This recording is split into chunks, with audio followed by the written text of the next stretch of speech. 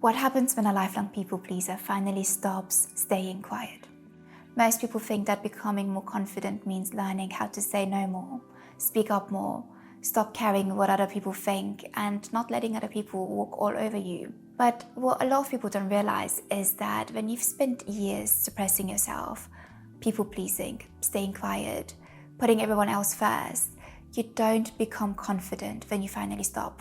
You become angry, defensive, reactive, harsh, and even emotionally aggressive. Because there's years of resentment underneath the surface. And this is why some people become doormats, while other people become entitled and controlling. And the difficult part is learning how to stop abandoning yourself without hurting other people in the process. So in this video, we're going to talk about why some people become doormats, while other people become entitled, controlling, and emotionally reactive. How to stop abandoning yourself without becoming cold, selfish, and aggressive. And what healthy confidence, boundaries, and self-respect actually look like. And if you're new here, my name is Jasmin, I'm a therapist, and on this channel I speak about how the past shapes how you see yourself today, how you can build a stronger sense of self and true self-esteem. If this is something you're interested in, feel free to subscribe. Before we get into how to stop being a doormat without becoming cold or harsh, it's important to understand why some people become passive and people pleasers in the first place, while others become reactive. And interestingly, both can come from the exact same childhood. Imagine a mother who is emotionally unpredictable.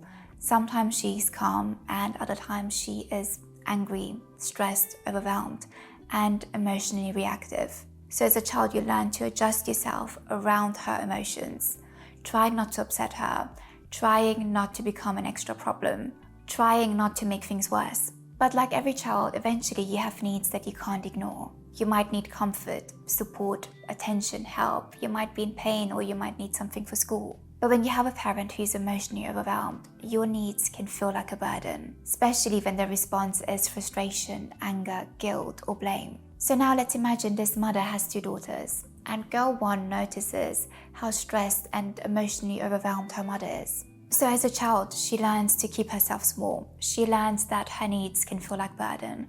She learns that expressing her feelings can upset people. And she learns that speaking up can lead to conflict. So growing up, she becomes easygoing. She becomes independent, low maintenance, and she becomes the good girl. As an adult, she becomes someone who struggles to express her needs, her feelings, her boundaries.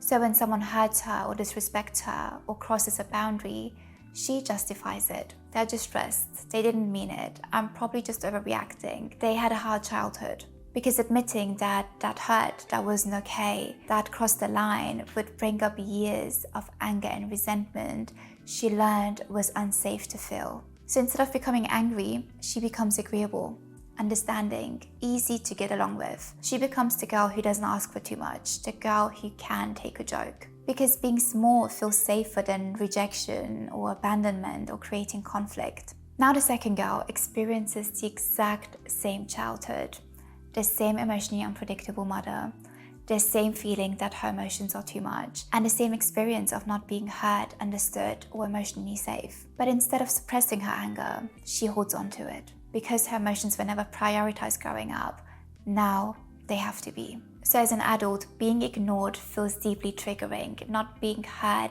feels unbearable, and not being understood feels very painful. So instead of becoming smaller, she becomes louder, more defensive, more reactive, more emotionally intense. And sometimes that comes out as entitlement, as aggression, controlling behavior, and lashing out on other people. And that's where a lot of people get confused, because healing is not about going from one extreme to the other. It's not about going from self-abandonment to selfishness, from silence to aggression, or from people-pleasing to becoming cold or aggressive. Real confidence is about expressing yourself honestly without shrinking yourself or overpowering other people. And this example isn't exclusive to mothers or girls. You can imagine the same scenario with an emotionally aggressive or abusive dad and two sons, where one son can grow up feeling deeply hurt by his environment, and he learns to become agreeable, easygoing, and disconnected from his needs to avoid conflict, while the other one covers up his hurt with anger. And often without realizing it, he actually takes on the behavior of the parent who hurt him. So the same behavior that once made him feel powerless is the behavior he uses on others. Not because consciously he wants to become like his father, but because unresolved pain repeats itself until there is awareness. So now understanding where these patterns come from is important, but awareness alone doesn't change the behavior and doesn't change the pattern. Because many people who want to stop being a doormat swing to the other extreme and actually go from suppressing themselves to becoming emotionally reactive. They go from staying silent to lashing out, from people pleasing to becoming defensive, harsh and aggressive. Because after years of suppressing hurt, anger and resentment, you eventually snap. So the real question becomes how to stop suppressing yourself without lashing out. How do you express yourself without becoming aggressive? The reason speaking up feels so scary for so many people is because they think every boundary has to become this big, serious confrontation. Like, we need to talk about what you said and why it hurt me and what needs to change moving forward. And while sometimes those conversations are necessary, it would be exhausting if that would be your only form of communication. Boundaries don't always have to look so dramatic. Sometimes it's simply not laughing at a disrespectful joke. Sometimes it's saying, no, I can't. Sometimes it's leaving a situation earlier. Sometimes it's not speaking to certain people. And sometimes it's changing your behavior instead of trying to change theirs.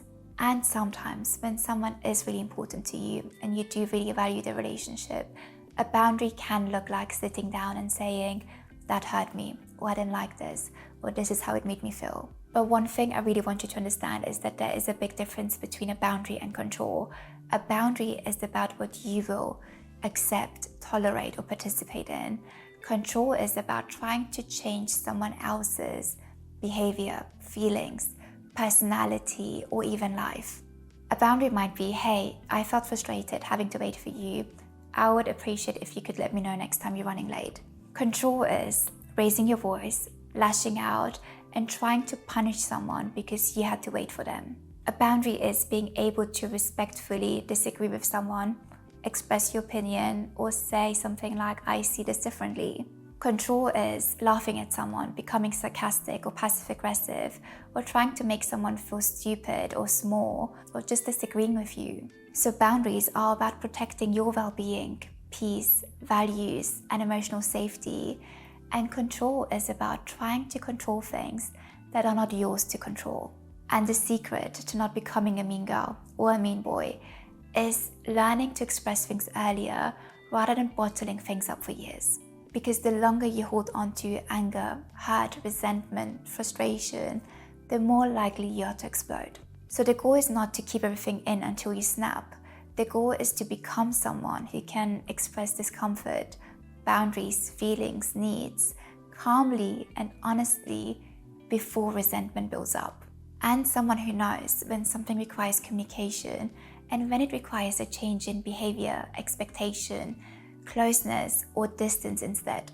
A big part of emotional maturity is accepting that people are who they are, that people don't have to feel what you feel, they don't have to think the way you think, they don't have to behave the way you behave, or become the version of them you wish they were, because that's not a boundary, that's actually control. A boundary is accepting people as they are and then deciding what level of connection, closeness, or access feels healthy to you. So what does healthy confidence and self-respect actually look like? Healthy confidence is not needing to dominate, control, intimidate, or overpower other people to feel secure. That is actually not confidence, that is insecurity. And just like insecurity can show up through people-pleasing, it can also show up through control. Healthy confidence and boundaries start with your internal dialogue, because before you can even start communicating or expressing a need or a boundary, you first need to acknowledge them to yourself. For example, instead of laughing at a disrespectful joke just to be seen as easygoing or someone who can take a joke, don't fake a laugh. Don't pretend something doesn't bother you when it does. Don't pretend to find something funny when you don't. You don't have to become angry, aggressive, or create huge confrontation in that moment, but you also don't have to betray yourself. And the same applies when someone asks something of you. Instead of automatically just saying yes because that's the nice thing to do, ask yourself, can I? And do I actually want to? And if saying no feels difficult, you don't have to force an answer immediately. You can just say, let me get back to you on this. And if someone says something disrespectful, the goal is not to come up with the perfect comeback or to win an argument. The goal is honesty with yourself first. Do I actually want to be around people who constantly make me feel like I have to defend or justify or explain myself? Do I actually want to be around people who I feel like I can't be myself around? What actually is the point of this relationship? Because sometimes self-respect is not about controlling other people or trying to change them. Sometimes it's about adjusting the relationship accordingly. And that also applies when people repeatedly gossip about you, when they speak negatively behind your back. And that doesn't mean becoming cold or bitter or cutting people off the second someone hurts you. It means recognizing that sometimes distance is healthier than trying to force closeness when there is repeated disrespect or hurt. Sometimes it's better to create distance before anger, resentment, and conflict completely take over. A lot of healing is actually learning that self-respect doesn't always look loud, aggressive, or confrontational. Sometimes it simply looks like being honest with yourself about what hurts you, what drains you, and what no longer feels healthy for you, and what kind of relationships you actually want moving forward. Because confidence is not about becoming louder or harsher or more guarded. It's about learning to stay connected to yourself without shrinking yourself for other people. And if this video resonated with you, let me know your thoughts in the comments, and I'll see you in the next one.